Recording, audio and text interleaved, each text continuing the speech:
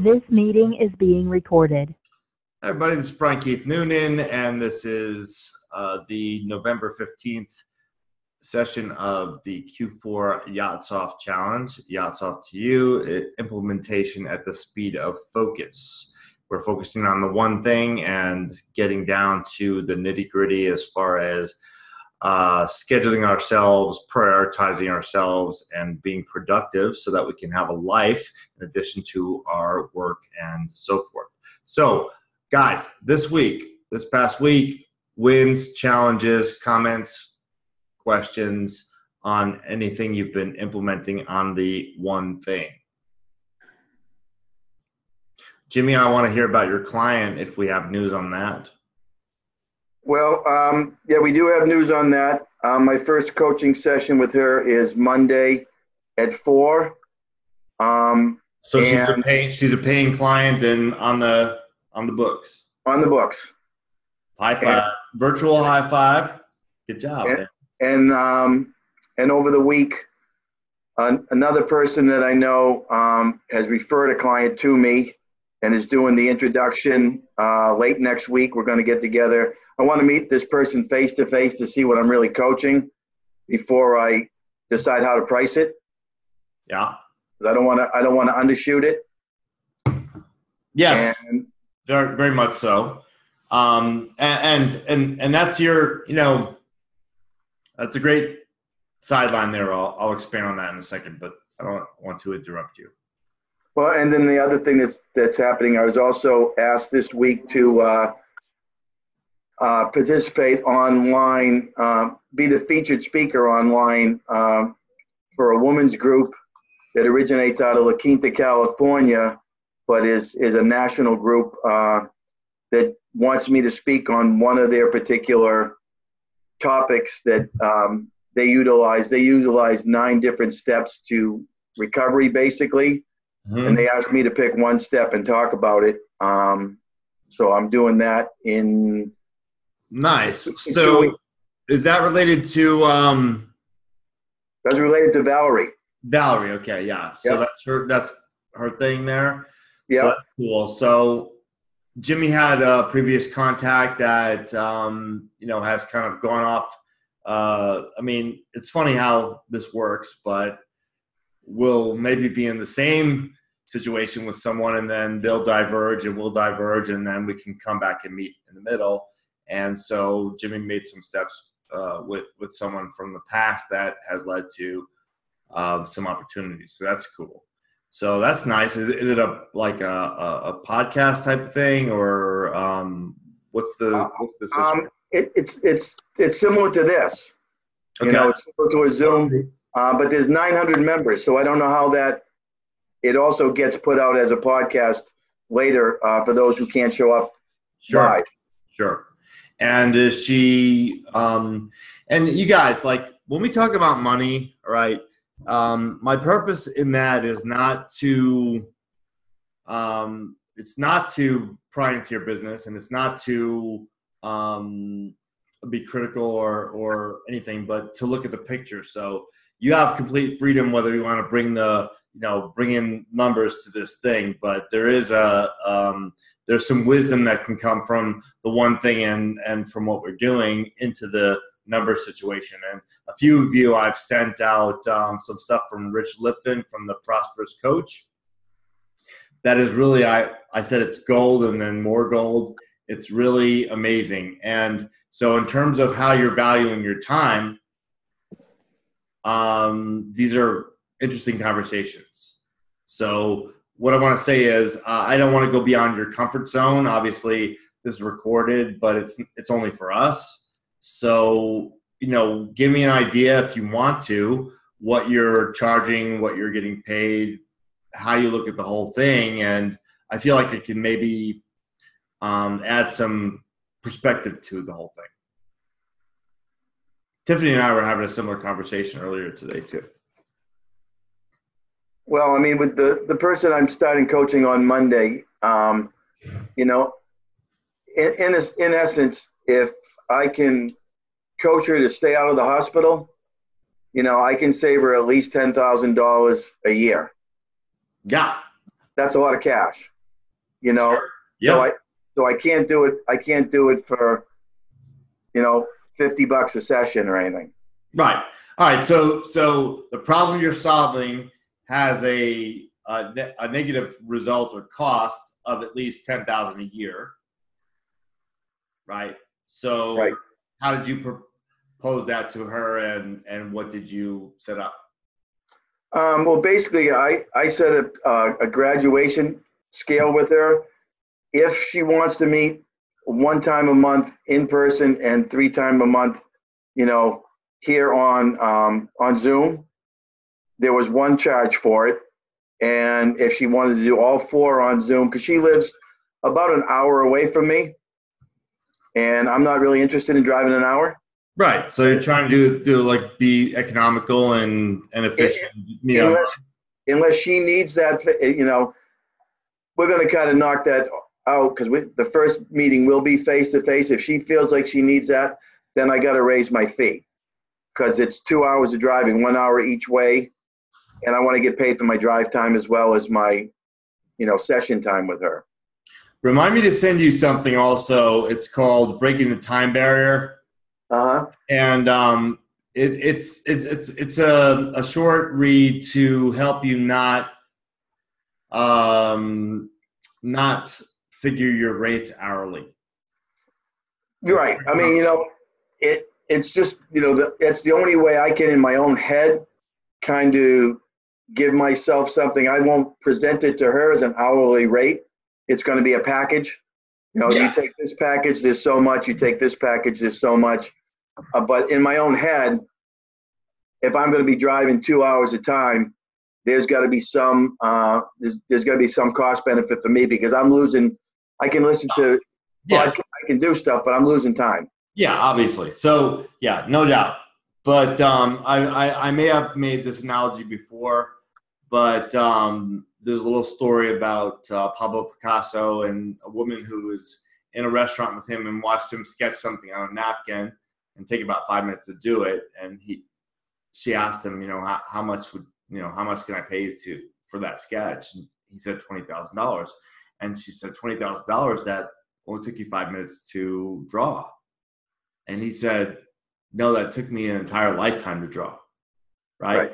So you're sitting there with 60 years or some, I don't know how exactly how old you are, but you know what I'm saying? Like, just let's just say 60 years of experience, education, and insight, right?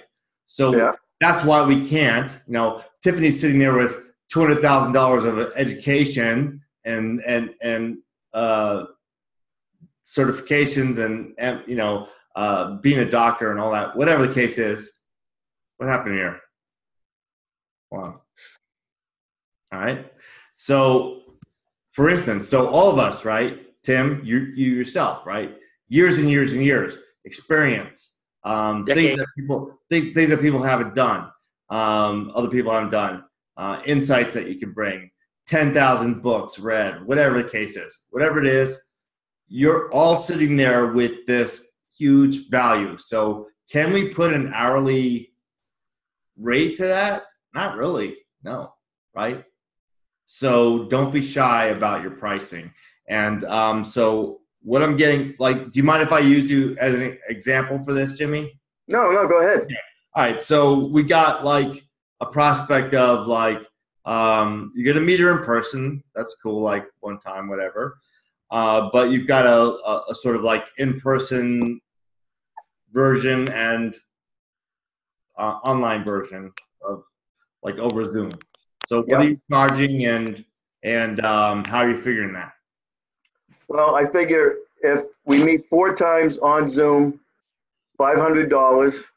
And if I meet her in person 1 time out of the month, if she wants like 1 in person out of 4 meetings, I want an extra $100.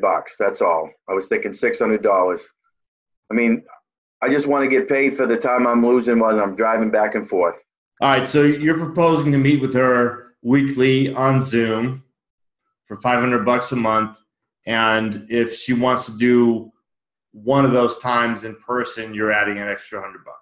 Correct. Okay. All right.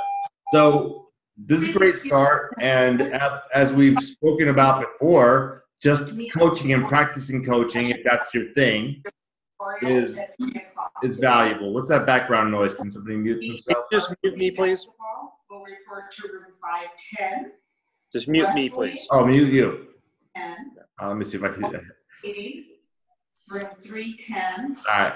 I got you, Tim. All right. So let's figure this in. So the key is to look at the problem you're solving. Okay, that will help you to get to higher pricing. So what is the cost? What's it costing them? And let's just say, so let's for round numbers, for instance, let's say that staying out of the hospital, rehab, whatever, I know it's $10K a year, so let's just say it's $12K, so we can make it $1,000 a month. All right, in round numbers. So it's you're saving her $12K a year to stay out of this thing. So and all the fucking tangential and what would you call things surrounding that, right? Right, and that's if she only goes in the hospital one time in a year. Right, and historically, it sounds like she's done it once a year, or maybe more than once a year. Sometimes twice in a year. Okay, so you see the numbers adding up. Mm-hmm. Okay, so if it was costing her on average $12K a year to do this, plus all the embarrassment explaining to work, taking time off work, all this other shit. So why would you ever charge her less than $1,000 a month for solving this problem? You follow me? Yeah. Okay. So that's all I want to say about that. But I want you to think about that. What percentage of the problem are you solving? Because I think that her problem, if it's let's just say it was twice a year. So, and round numbers, so say it was cost her $24K a year in actual money out of pocket, but plus plus missing work, plus embarrassment, plus whatever, plus explaining to people, plus her whole mindset and all that stuff. It's racking up, man. It's a potentially $50K a year problem. So if you charge $10K a year to fix it, that's very reasonable. And that's still that's less than $1,000 a month then, right? Yeah, but still more than 500 is what I'm saying. Exactly. Yeah. So I believe in some type of ratio, you are charging 10 to 20% of what the problem is costing. Can we all feel good about that? Sure. Easily, right? So make sure you're charging at least that. And then as far as the travel time and stuff like that, if she wants that premium, in-person thing, your time, how many hours did you say it was back and forth? It's an hour each way. So 2 hours of your time. Unless she comes to me, Right. So upcharge, I would say upcharge more for that, because there's no reason that she can't do what we're doing right now. And if she wants the touchy-feely thing of in some way, or in-person thing, then she can pay for that. What? Maybe not double, but something substantial. So main theme here is don't undervalue yourself. You all have tremendous experience, credentials, and or whatever that you're bringing to the table. Don't undercharge for what the fuck you're doing. Okay, cool. Anybody else for now? Tim, no. Tiff, anything? Tiffany's frozen. 55 degrees, man. Yeah, yeah. Well, I'll share with Tiffany. I can't. You're frozen, so I don't have your permission, but I'm going to take some artistic license and share a little bit of our conversation today, which, you know, it seems to be a normal human condition to kind of question the value you're bringing to a situation or worth, or there's also, as things start getting bigger, there's like kind of a fraud complex. Like you feel like, all right, maybe I'm not qualified in some way to be guiding these people or being paid by these people or whatever the case is. And you can coach people. By the way, you can coach people that are smarter, richer, better looking, whatever. You can coach people through all those things. Like, that's not the point. Okay. You know, in many ways it helps to be congruent in what you're coaching. So as long as you're congruent in your own life, okay, with if you're coaching on finances, be congruent in finances, even if that person has bigger finances than you, they might still have problems with it, for instance, or mindset or business or whatever. So point is that, like I said to Tiffany, which will hopefully be back here soon. Are you there? Is it okay if I share a little bit of our conversation today? Yeah, it's fine. Sorry about my internet. Yeah. It's this time of day for some reason. It sucks. No, it's okay. No problem. So the point was kind of like, even if we took her most important and revolutionary work, which is in parenting, okay, and threw that out the window, which she has invested in coaching, learned things, implemented things, and has the results of her epic parenting of our children and homeschooling of our children and all these things, which I'm lucky enough to be a part of, but she's the mainstay of, right? Even if we threw that whole thing out, okay, it's like, look, you have, besides that, okay, and this is not necessary, but what she has besides that is like a couple $100,000 of medical education and being a doctor and having, you know, experience as a pediatrician and all those things. So if she needs to look for what her time is valued at and the worth of advice she can give, there's evidence there. And we can all find evidence for that. It might not be in the degrees we hang on the fucking wall. See none behind me, right? Except the Marine Corps, I guess. But, you know, we don't need that, but having that also is evidence toward what our opportunity of conveying value is. Does that make sense to you guys? Nodding. Yes. Cool. All right, great. So we went off on a little bit of a tangent, but I think it's pertinent to the people on this call and in our group, because the more, believe it or not, the more people pay, the more they pay attention. The more we charge them, the more they charge forward. These are a little cliche, but they're really true things. And so if you can take that ratio of cost of the problem you're solving and charge 10 to 20% of it, you'll feel good. You'll sleep well at night. They'll fucking pay attention and do what you say and get the results. Everybody be happy. So try to stay away from the hourly thing. And I'm going to send you guys Breaking the Time Barrier, all of you. I'll put it in the group because it's actually a conversation with a website designer and a coach, but you'll get the idea from it. It's got some really good points.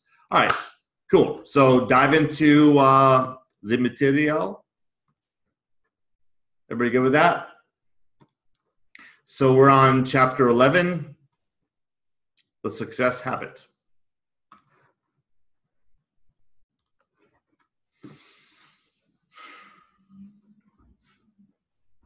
So a lot of what we think and how we perceive the world is through habits. You know, you're in the habit of making money with your business or not. You're in the habit of going and working for someone else or you're in the habit of working for yourself. You're in the habit of, seeing to everyone else's needs, or you're in the habit of seeing to your own and then better seeing to everyone else's needs, things like that. So I don't go at any of this stuff with judgment. It's just like habits we're in, we're in the habit of being distracted, or habit of not being productive, or getting, accomplishing what we want, or whatever the case is. So everybody's in this game to more or less degrees, and it's just a matter of fine-tuning. So we ended last week with the focusing question, which is, what can I do now? What can I do such that by doing it, everything else will become easier or unnecessary? And what's the one thing I can do such that by doing it, everything else will become easier or unnecessary? Okay. So as you go along, and we're going to dig into this, we've talked about how we have these various pillars of our life, most essential areas, things that are holding up our foundation, or the stool we're sitting on, or however you like to think of it, okay? I tend to combine a couple of these things, so I think I may have, 4 or 5 instead of 7, as the author illustrates. But each of these things is going to have its one thing, informed by the time of day, or day and time that we're in. And each of these things is going to have its goal setting to the now, which we haven't gotten to yet, but you've all gotten to in previous versions of this book. Now, can I have a show of hands? I can see you guys. Has going through this book multiple times been a worthwhile endeavor for you? Yeah, fucking A, me too.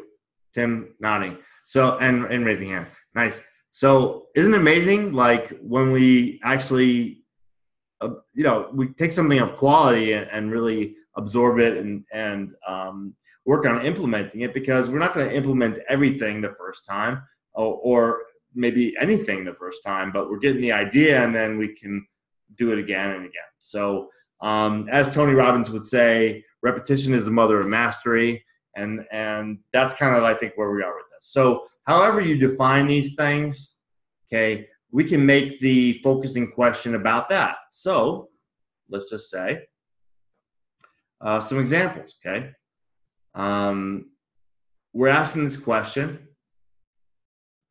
and I'm going to go to the job business finance part, but there's obviously other important parts.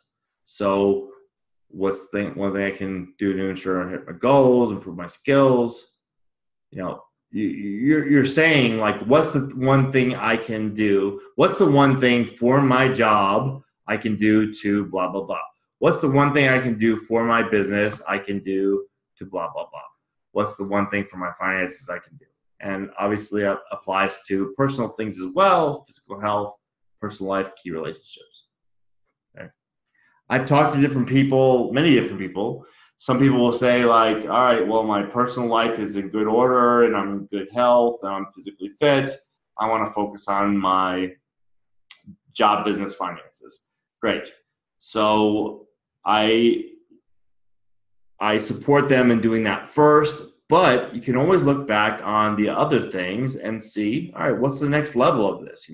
What's the next level of connection with my kids? And what's the next level of connection with my spouse or significant other?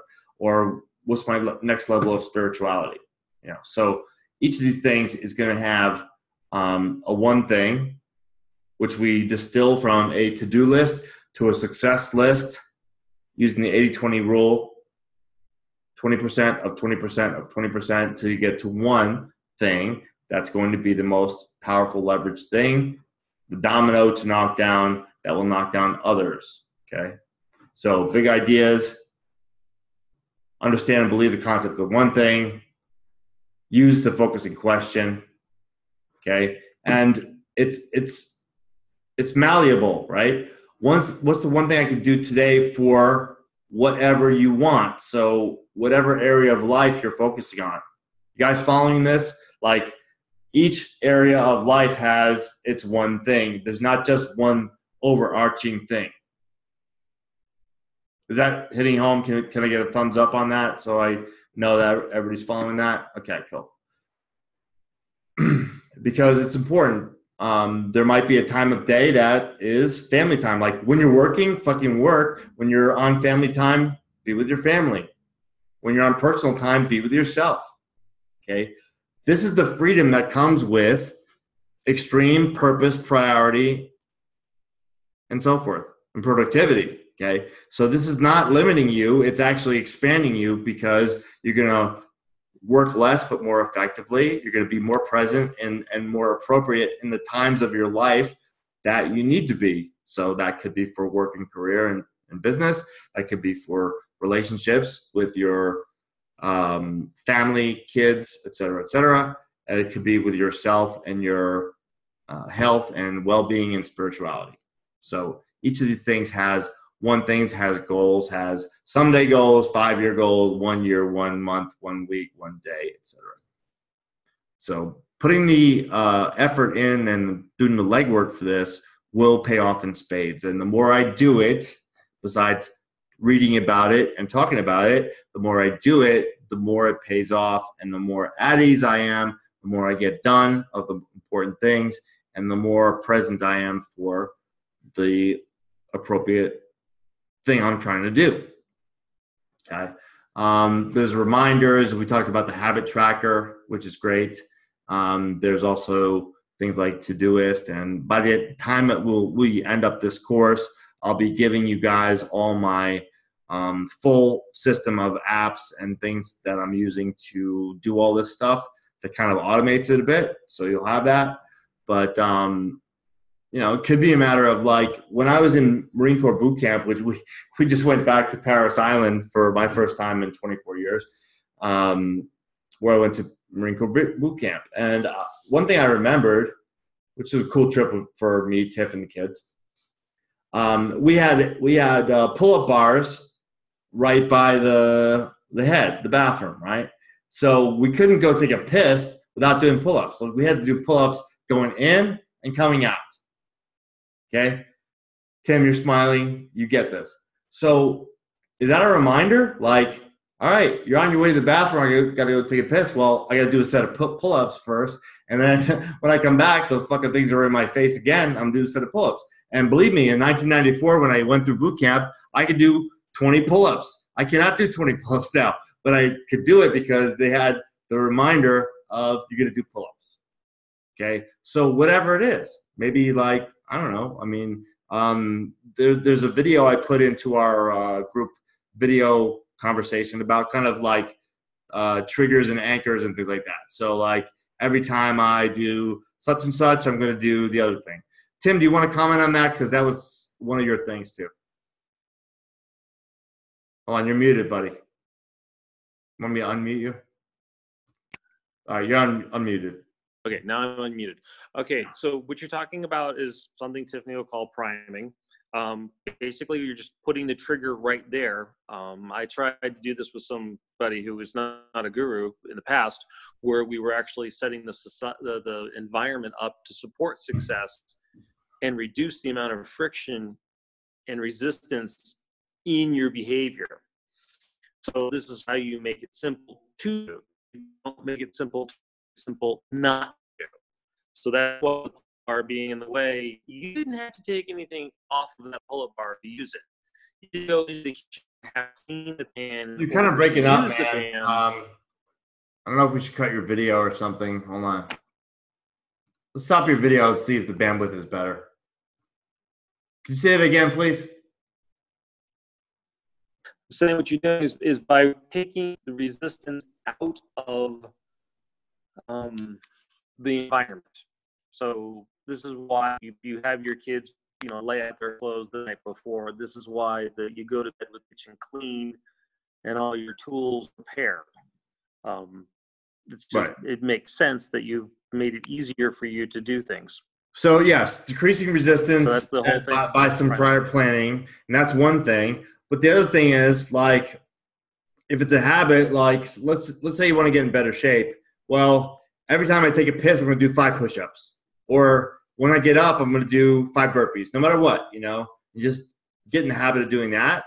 Tendency is to lead to more of that action, but, you know, having some kind of little minimum thing that you do each time you do one thing, you do another. Like every time I drink a cup of coffee, I'm going to drink a glass of water, or whatever the case is that works in your life. Some things to attach as a reminder to another thing. You guys following? So something you're already doing, attach a reminder or a trigger to something else and help implement a new habit. Okay. Number 5, recruit support. Hey, we're right there. Okay. We got support. It just shows that having a group and having some accountability helps out with everything we're doing. Okay. So questions, comments, concerns before we get to chapter 12. Yes, no, maybe so. All right, good. So this is about asking questions. Now, we can potentially ask ourselves some really self-defeating questions like, why do I never do this right? Or why can't I ever make sales? Or why can't I ever exercise when I want to? Or whatever. Guess what? You get the answers to the fucking questions that you ask. Okay? So if you're asking a self-defeating question, you're going to get that answer. If you change it up a little bit and said, how can I better, make sales or serve my clients or whatever, or how can I exercise more often, then those are the answers that you get. So if you ask like, why can't I do something? Why do I always fail at something? Why, like my son, my son Brian, who's the younger daredevil one, who was riding the bike before the older brother. Okay. He's doing fine. Older brother gets a bike and gets going with his bike finally. And then younger son starts crashing like Evel Knievel, like disaster. Okay.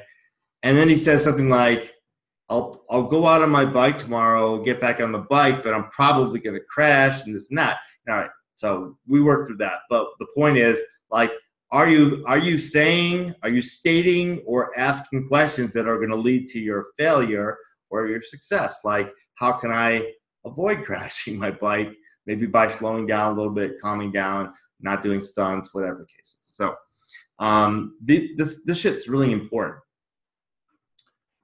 So I wanted to. Yeah, our responses to the pain or the challenges in our lives really determines a whole lot about our future. Yeah, no doubt. So I hope that you guys can agree with me as much as you can that the past is gone, but there are lessons to be learned from it. And if you state it and ask it to yourself in a way that, like, why do I always end up in the same situation? Well, that's the answers you get. If you ask, how can I, maybe the next step in the turning a degree in the right direction is sort of like, well, how can I end up in a better situation? Who can I do things with? Where can I do them with? Where can I do them? How do I want to structure this so it's better for me? You're moving in degrees of a right direction of not asking a self-defeating question. So we talk about, again, habits, but asking great questions, okay? Jimmy, this is kind of what you were talking about the other day in the group in terms of the big and broad, small and broad, big and specific, small and specific. We'll get into that a little more here, and that's probably going to wrap up with this chapter. So big and broad, okay, this is the broad access, this is specific access, big and small. So if we're using something in the questions for business, what can I do to double sales? Okay, that's big, but it's broad. What can I do to increase sales? That's small and broad. What can I do to increase sales by 5% this year? That's small and specific. And so what we're going for is, what can I do to double sales in 6 months? So you're taking a broad idea and adding some specifics to it so you can be on track in terms of a time frame. There's an old added something to the effect of like goals are dreams with a timeline. So adding something in terms of a timeline to keep you accountable helps out with that stuff. So as you're asking those questions, I don't know if you want to elaborate on what your thought process and what you're working on was, Jimmy, but could be helpful to the group. Well, I mean, I was trying to come up with the great question. And as I started working on it, it kept kind of sending me back almost to my goal or my one thing not being big enough. So my question was not specific enough. It was broad, but it wasn't specific because I don't think my goal that I originally thought was what I'm supposed to be doing was really right. So it's like forcing me to rethink exactly what it is I feel I do and why I do what I do so that I can get to that broad and specific question that I need to get to. So it's really made me relook at as far as my business goes, my one thing that, is going to, what is the one thing that I really do? And listening to Tiffany last week and talking about, the last 2 weeks almost really, about ending corporal punishment, it made me think, okay, what the heck is really going on in my world and in my head that isn't big enough and is limiting everything that's coming out of my mouth and everything I'm thinking. And so it's really been an eye-opener to jacking the whole thing up for me. And it's been a lot of fun, but it's been a big challenge. Okay. So do you mind sharing some specifics on that so we know more? Well, yeah, sure. When I think about what I do, it's, assisting others, and recognizing their worth and not letting their past dictate their present. And that's just not big enough. That's like small and that's person to person. And as I think about it, what I really want to do in a broader and more specific sense is find a cure for emotional pain. Okay. All right. So what I immediately think of also is that there's conditions. So you can prove somebody's condition, like they might have more confidence or feel better or what have you. But then there's results which tend to be event and numbers based. So like they would do something that they didn't do before, or do more of something that they want to do, or earn more money, or whatever the case is. So conditions and results. So there might be somewhere down that path where you're saying, like eradicating. Could you say what the last thing you said was? Finding the cure for emotional pain. Okay. I used drugs, I used alcohol, I used a lot of things to cure my emotional pain. So finding a sustainable and healthy cure for this pain that people are going through, for instance. Right. And yeah, I mean, that's a big thing. And so that's broad. It's big and broad. I guess the challenge in that would be getting more specific, and it might be even saying, finding more positive outlets than drugs and alcohol for feeling better. That might be like 1 degree more in the right direction. Finding holistic, natural ways to feel better. That might be 1 more degree. And you'll kind of go through those degrees. Okay. So you'll get more and more specific, and you'll research more, and you'll get more information. You'll network with more people and find out what's going on and what's beyond the, traditional treatment model of 12 steps or whatever Cypress slings over there. Right. And take stuff from what we're doing and amalgamate all of it together and just continue revising and going forward. But if you feel like the goal is either not big enough on one side, or big enough but not specific enough because it's kind of just out there, like, because as great as our intentions are, right? Any of us here, are we going to solve the pain of the world? Right. Yeah. I mean, I know that won't happen, but if I don't, in my mind, think a big enough goal, I don't know if I'll stretch myself far enough. Right. And I totally agree with you on that. So I'm in favor. I'm more in favor of bigger than anything, for sure. But within your experience and what you can share, take it small.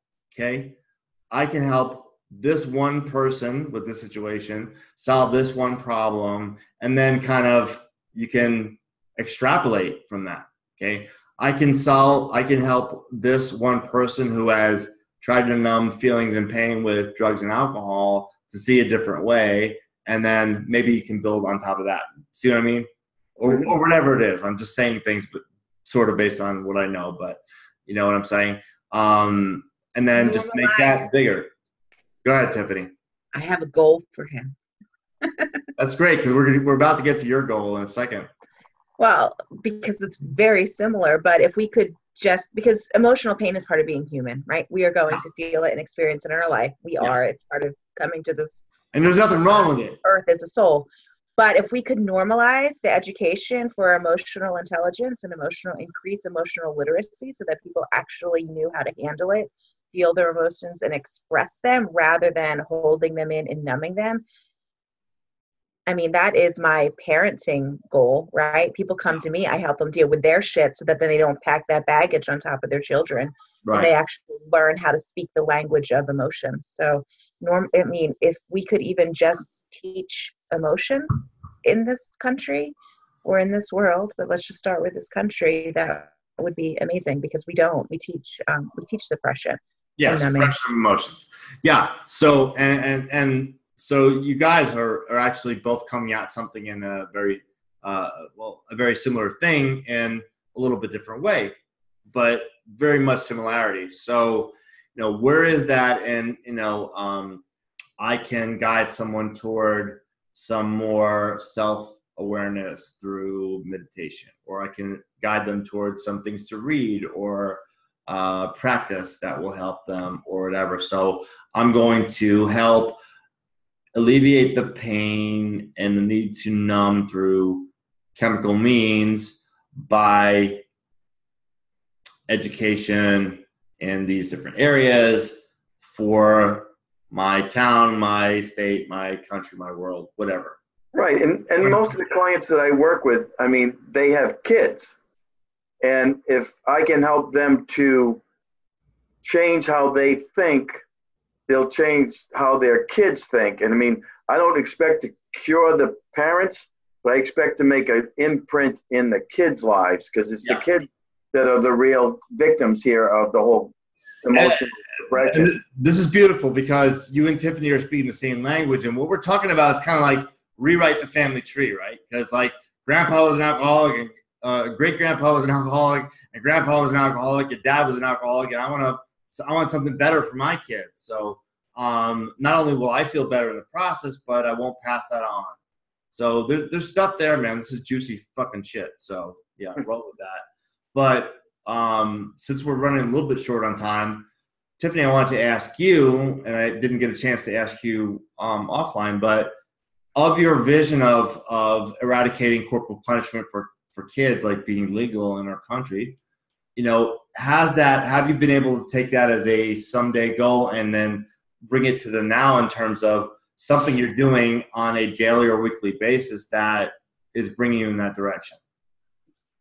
And if not, what have been the challenges with that? Because that was a great example of a big goal, a big worthwhile goal, someday goal that encompasses your one thing and would light you up. And has there been some implementation? And if you don't mind sharing, like, what's been that process?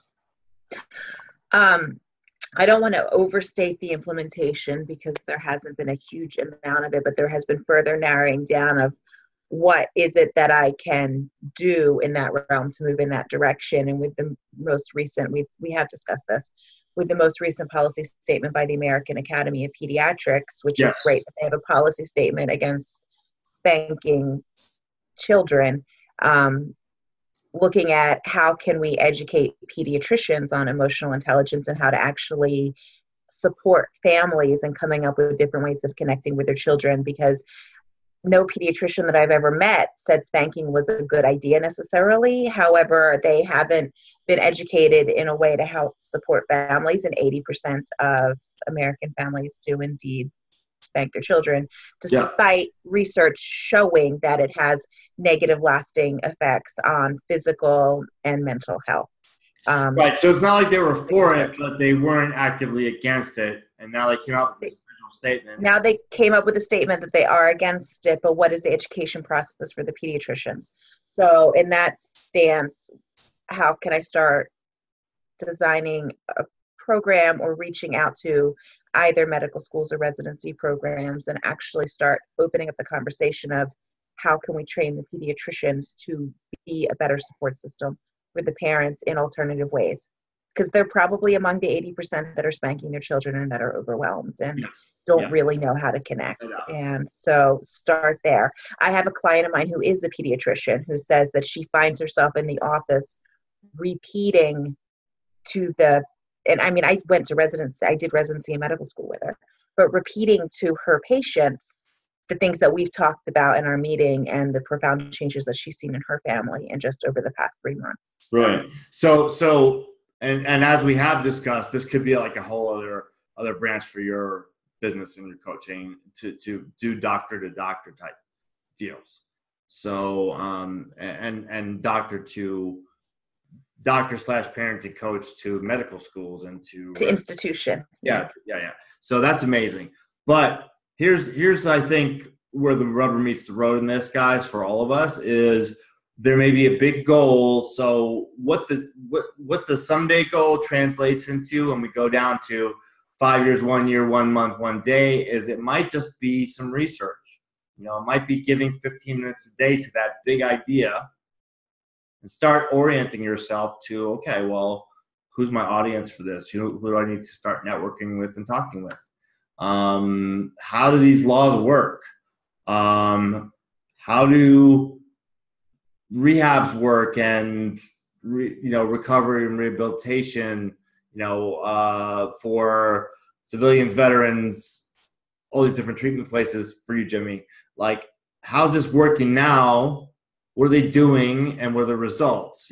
Start gathering some information. That may be the first step. That probably is the first step. And then as you find things and you find context, maybe you send someone an email. Maybe you connect with them on Facebook or LinkedIn. Maybe you start listening to some podcasts or whatever of different people of like mind, and you start creating alliances and networks and opportunities and go from there. So even though the big goal of, well, corporal punishment for kids is going to be illegal in this country, love it. I don't think it's too big at all. But from where you stand right now, well, you kind of got to get like situated, right? You got to get a little bit of a game plan, a little bit of direction, and start widening your circles as far as that's concerned. In Tiffany's example, so that's and doing research on how it's managed to be legislated in other countries, because there are 8 to 20 other countries that have passed and Jimmy, that reminds me, like for you, in Portugal, all drugs have been legal for about 20 years, something like that. And they have much lower rates of problems than we do. So look into that for your thing too. I found that fascinating, and there's a bunch of guys that like the guy that wrote Chasing the Scream talks about that. The Gabor Mate guy talks about that. There's some interesting stuff in the realm of recovery and what's really involved. And Tiffany and I have had conversations about this too, because of my own experiences and like what's really missing, right? Is connection missing, or is there like an addiction, like a physical thing, what's really the roots. So there's some stuff in there for you. All right. So I'm just going to share and we'll wrap up chapter 12 and shut this down here. But this is a fun session. I appreciate you guys. So we're talking about finding great answers and once we're on this mission, okay, part of our research is okay, well, who's done stuff like this before? Like I was just referring to, like, who are some people for reference in terms of getting a scope on, like, has anybody thought my thought before? Like, does anybody else agree with my theory that it's more about connection than a physical addiction to drugs or alcohol, for instance, right? Whatever the case is. And so you find people to model and to research, and then this becomes the benchmark. All right, so this is what this is about. The research and experiences of others is the best place to start when looking for your answer. See if I can. All right, so that's the benchmark, and there might be some people that are more forward thinking. I guess I would represent this angle here, but maybe your thoughts are up here. Why hasn't something like this happened before, or who's thinking along these lines and things like that. So you can model the success of other people, but you could also realize that right here, a new answer usually requires new behavior. Like you might be just doing something completely revolutionary. So don't discount that. I love that. Think big and specific. So the more specific you could develop this goal, better, but keeping it big. All right. I like this. Setting a doable goal is almost like creating a task to check off on your list. So, is your big thing like going to pick up your dry cleaning on that same level, or is it changing the world? I would challenge you to double check your big goals with that. And I know the people here are bigger thinkers and people that want to make change and so forth, positive change. But nevertheless, we all fall prey to perhaps limiting ourselves. So double check yourself and then benchmark and trend for the best answer. You can see who, if any, people are doing stuff along those lines. Align yourself with them, communicate with them, let them know you want to help, you want to serve. Where might you fit in? And then you can take maybe what they're doing and bring it to a higher level. I like this, and we're about out of time, 4 minutes, but this is a great, we're into the next section of the book, section 3, about the unlocking these possibilities within you. So we went to the lies and the truth, and now we're into the next section. And this iceberg diagram is a big deal. I'm more and more thinking of my purpose as my armor, okay? This is protecting me. Like if I have a strong purpose, then I'm not going to get distracted or discouraged by other people in my life, whether they be parents, teachers, preachers, Facebook friends, whatever. I am going to be resistant to their influences. From my purpose, I have my priority. This purpose is my armor. Priority is my sword. I'm cutting out things that aren't serving me, and this informs my priority. I like this one better even because it's got all 4 parts. So if we're talking about business, my purpose is my armor. My priority is my sword. And actually what's missing in here in terms of my analogy is that my calendar or my schedule is my shield. So armor, calendar, and schedule is my shield. Priority is my sword to cut out unnecessary things. And that all leads to my productivity and my profit. So we're going to get into this stuff next week, but I invite you to start thinking of things like this. Have you guys been having good progress with cutting out unnecessary things in your calendar? Either things you don't need to be doing at all, things that could be modified in terms of agreements with people, or so on and so forth. Anything interesting on that to close out with? I'm like a fucking samurai when it comes to my schedule. I'm just like, I'm swinging a katana all over the place, cutting things out. and I question. So like, okay, well, I've got this going. Like I might have, and I've done this several times in the last 6 months. I might have a program going. I might have people paying monthly to be in that program. Might have a group thing, or might have one-on-one coaching agreements. Is this serving me? Is it serving them? Is it to our full potential with this? Does it need to be renegotiated or eliminated? Even stuff that makes you money, guys, may need to get cut out to make space for something bigger and better. And that's a counterintuitive thought. It's a counterintuitive way to look at it. But if you're feeling better, you're feeling more fulfilled, you're getting bigger and better and faster results for people.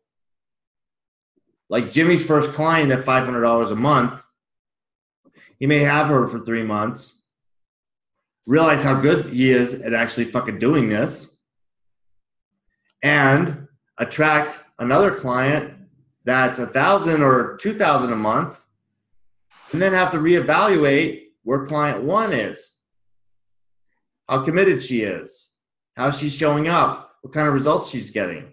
I had to do exactly the same thing not so long ago. And I actually said to my client, I'm feeling like I set you up at a disadvantage here at this rate that I created when I started coaching instead of marketing for a living. You know, my main business. I totally switched businesses 6 months ago or so. And I knew I undervalued myself, especially when I saw the results I was getting. And I doubled his monthly price of what he was paying. I explained why. I explained that I knew he would be more committed, I would be more committed, and we'll get results. And if this wasn't suitable for him, we can part ways. That's fine. That's the most difficult sell right there, is like taking somebody who's paying one thing and then doubling it. That's fucking like, if I was putting notches on my sales belt, that would be a big one. But that's not the point. Okay, the point was you have to. It's up to us to look back and be self-aware of what we're doing, why we're doing it, how we're doing it, and reevaluate and readjust. And you can keep your integrity with people by having integrity, letting them know, this is what I see. We could do this, we could do that, and either one's fine, and go from there. But there's an evolution here, and don't undersell yourself. If anything, be on the high side.